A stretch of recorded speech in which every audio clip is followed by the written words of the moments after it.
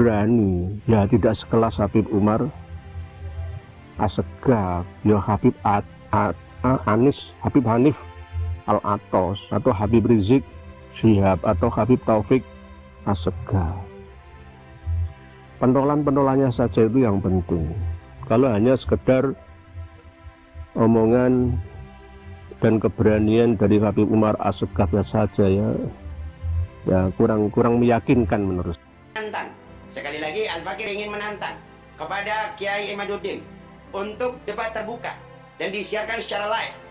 Yang di situ ada yakni orang-orang dari para ilmuwan yang ikut ada di situ untuk ikut melihat.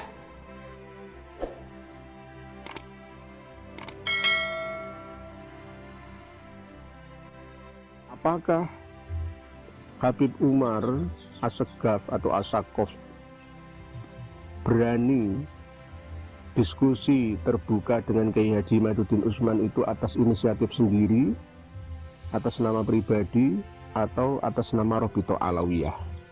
Dan apakah sudah dapat restu dari Robito Alawiyah atau tidak? Ini yang perlu dipertanyakan.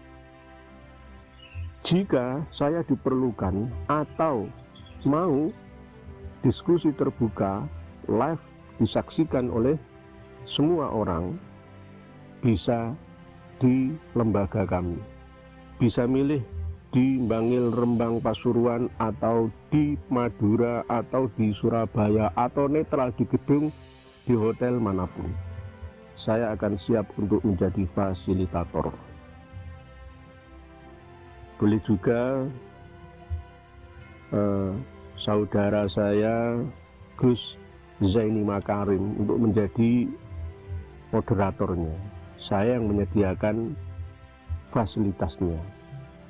Bahkan saya berani menanggung biaya akomodasi, transportasi, dan konsumsi kedua belah pihak yang ingin berdiskusi terbuka, khususnya transport pesawat dari Lampung PP Surabaya. Saya akan menanggungnya jika benar-benar mau Habib Umar Assegaf memenuhi panggilan saya.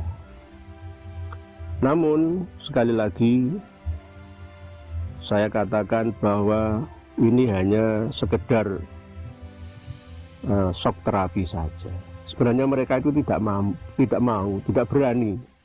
Kalau toh misalkan berani, ya tidak sekelas Habib Umar Assegaf, ya Habib Anis, Habib Hanif Al-Atos, atau Habib Rizik Syihab, atau Habib Taufik Assegaf. Pentolan-pentolannya saja itu yang penting. Kalau hanya sekedar omongan dan keberanian dari Habib Umar Assegaf saja, ya kurang meyakinkan menurut saya. Bukan saya menilai rendah, tidak, tapi dilihat dari track record, dari segi bahasa, percakapan, penguasaan terhadap keilmuan agama, khususnya keilmuan tentang nasab ini, beliau belum menguasai sepenuhnya. Jadi sayang nanti kalau dipermalukan di muka umum. Dipikir dulu lah, ya dipikir dulu. Jangan hanya mengandalkan dan mengedepankan emosi. Berani tapi tanpa modal yang cukup, modal keilmuan yang cukup. Kiai Haji Imaduddin Utsman berani mengadu, ya, data ilmiah, referensi argumentasi itu sudah siap terbuka. Tidak hanya Kiai Haji Imaduddin Utsman saja, saya pun siap untuk diskusi terbuka. Jadi jangan artikan kami ini tidak berani, karena apa? Semua sudah megang datanya. Kami pun sudah megang datanya. Siapa sebenarnya dzurriyyah para habib yang ada di Indonesia ini? Semuanya sudah kita pegang. Jadi sebaiknya para habib yang ada di Indonesia ini menawarkan diri untuk islah, berdamai dengan cara kemarin sudah saya sampaikan, mau merubah doktrin mereka, pelajaran-pelajaran yang hanya mengunggulkan nasab mereka, itu dihapuskan saja.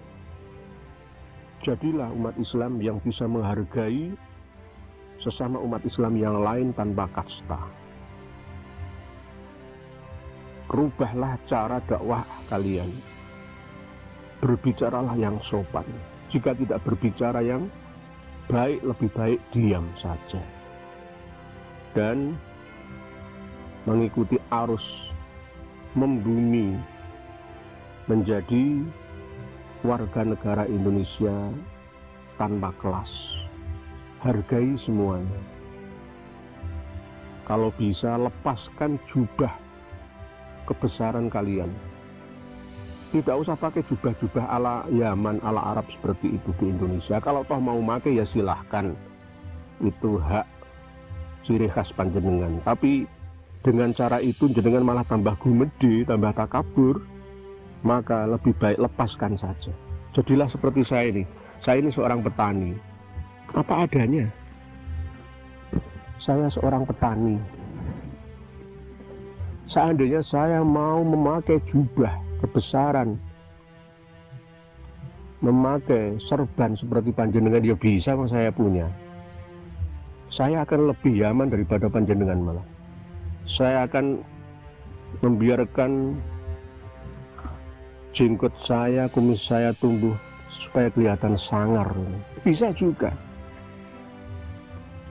Karena sudah tidak zamannya lagi kita menjadi tukang tipu-tipu, tukang jualan agama, tukang mengaku paling punya kunci surga, yang bisa menstempel derajat kewalian di Indonesia. Hilangkan semua itu. Dan saya bahkan menganjurkan kepada seluruh umat Islam di Indonesia, jangan lagi menyanyikan lagu Ya Tarim. Ya Tarim, Ya Tarim, Ya Tarim, Ya Tarim, Ya Tarim, Syailillah, Syailillah, Syailillah, Syailillah. Gak usah nyanyi itu. Kalau yang nyanyi itu para keturunan Yaman, para Habib, silahkan. Tapi umat Islam Indonesia, para santri, tidak usah nyanyi-nyanyian itu. Cintailah negeri kalian sendiri. Cintailah kota kalian sendiri. Cintailah rumah kalian sendiri. Jangan mengikuti arus. Jangan mengikuti informasi yang tidak jelas. Lagu Ya Tarim itu yang mengarang adalah Habib Hasan Assegaf, pimpinan Nurul Mustafa, Majelis Zikir Nurul Mustafa, Jakarta, yang menyanjung-nyanjung leluhurnya, asal usul nenek moyangnya dari Tarim, Yaman sana. Yaman itu sekarang menjadi negara gagal. Hampir 400.000 nyawa melayang sejak tahun 2014 sampai sekarang. Jangan tiru-tiru mereka. Katanya di sanalah bumi para wali-wali menurut mereka. Waliullah itu ada di mana-mana. Tidak hanya yang berasal dari Yaman atau yang diresmikan, disestempel, ditandatangani oleh para habib. Mereka, para habib yang ada di Indonesia ini sudah jumawa, sudah takabur, sombong, dan serakah. Semuanya diakui. Mau merubah sejarah Indonesia. Para wali Songo beserta duriyahnya diakui menjadi keturunan Ba'alawi. Tidak hanya itu, pesantren Sidogiri aja itu juga mau diakui pesantren Ba'alawi. Terus apalagi semua yang mau diakui?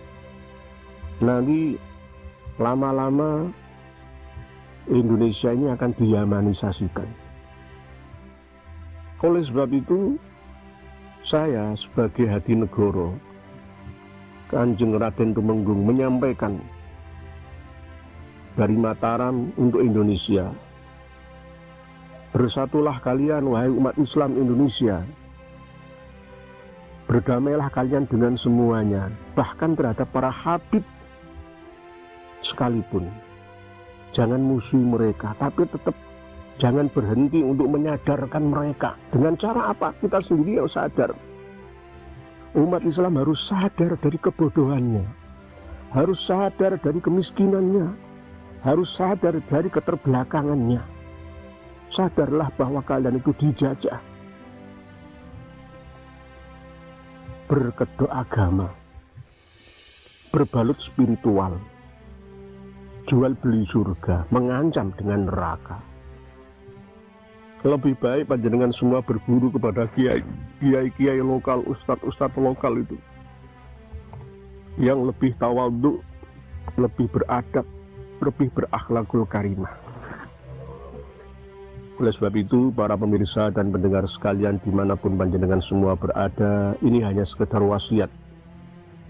Mohon untuk diamalkan bersama. Saya pun juga akan menjalankan apa yang menjadi ucapan saya. Oke, jelas. Meresap ke dalam hati.